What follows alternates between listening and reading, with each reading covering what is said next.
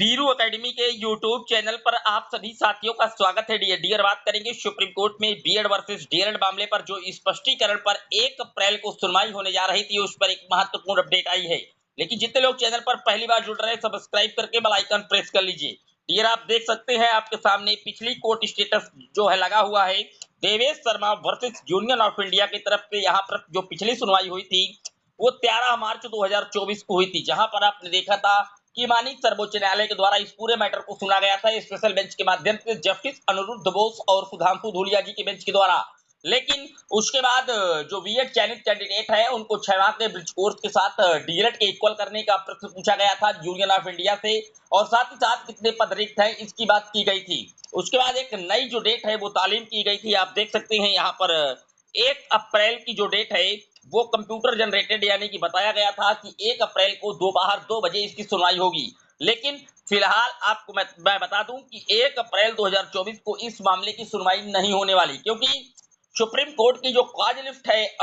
Matter की वो आ चुकी है और फिलहाल इस केस को वहां पर लिस्ट नहीं किया गया। अब जो बातें हैं स्पष्ट तरीके से ये निकल कर आ रही हैं कि जो जस्टिस अनिरुद्ध बोस जी हैं वो फिलहाल 1 अप्रैल को छुट्टी पर हैं, तो इसलिए 1 अप्रैल 2024 को जो बीएड वर्सेस डीएलएड मामले की सुनवाई होने जा रही थी क्लैरिफिकेशंस को लेकर के, बीएड चयनित वर्सेस डीएलएड मामले को जो कि एमपी स्टेट ऑफ गवर्नमेंट के द्वारा सुप्रीम कोर्ट में ट्रांसफर पिटीशंस के रूप में फाइल किया गया था, फिलहाल उसकी सुनवाई 1 अप्रैल को नहीं होगी। लेकिन जो उम्मीदें हैं कि अप्रैल के पहले ही वीक में इसकी जो डेट है वो आ जाएगी। हो सकता है कि इसकी सुनवाई 2, 4, 5 अप्रैल के बीच में कभी भी हो सकती है, लेकिन बीएड की तरफ से हो या डीएलएड की तरफ से हो, निश्चित तौर पर उनकी तरफ से जो एडवोकेट होंगे वो जल्द से जल्द अपील करेंगे कि इस मामले को जल्द से जल्द सुना जाए, क्योंकि मामला काफी लंबे समय से चल रहा है और दोनों पक्षों का जो विवाद है वो अब एकदम अंतिम पायदान पर आ टिका है। माननीय सर्वोच्च न्यायालय पूरी तरीके से जरूर ये चाहेंगे कि केस को जल्द से जल्द अपील करके और इसकी जो डेट है वो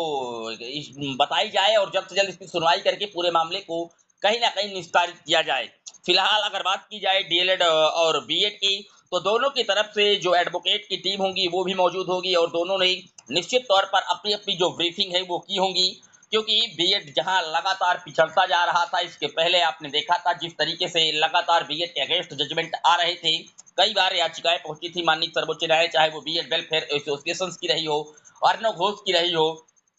सारी याचिकाएं पूरी तरीके से खारिज कर दी गई थी। लेकिन पिछली सुनवाई में निश्चित तौर पर बीएड कैंडिडेटों के लिए राहत की खबर जरूर माननीय सुप्रीम कोर्ट के स्पेशल बेंच के माध्यम से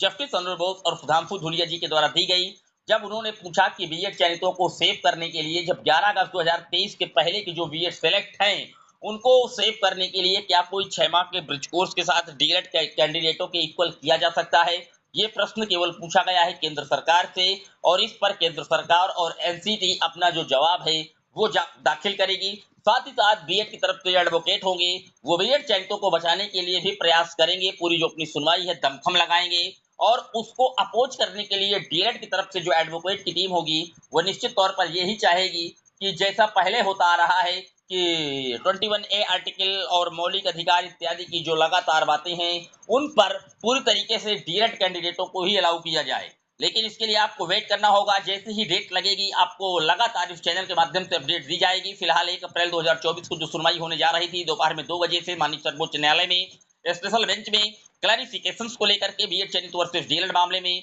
फिलहाल 1 तारीख को सुनवाई नहीं होगी, लेकिन जैसे इसकी डेट आएगी मैं आपको तुरंत चैनल के माध्यम से अपडेट दूंगा। आपकी क्या राय है पूरे वीडियो पर कमेंट कीजिएगा, पहली बार है तो सब्सक्राइब कर लीजिएगा। जय हिंद, वंदे मातरम।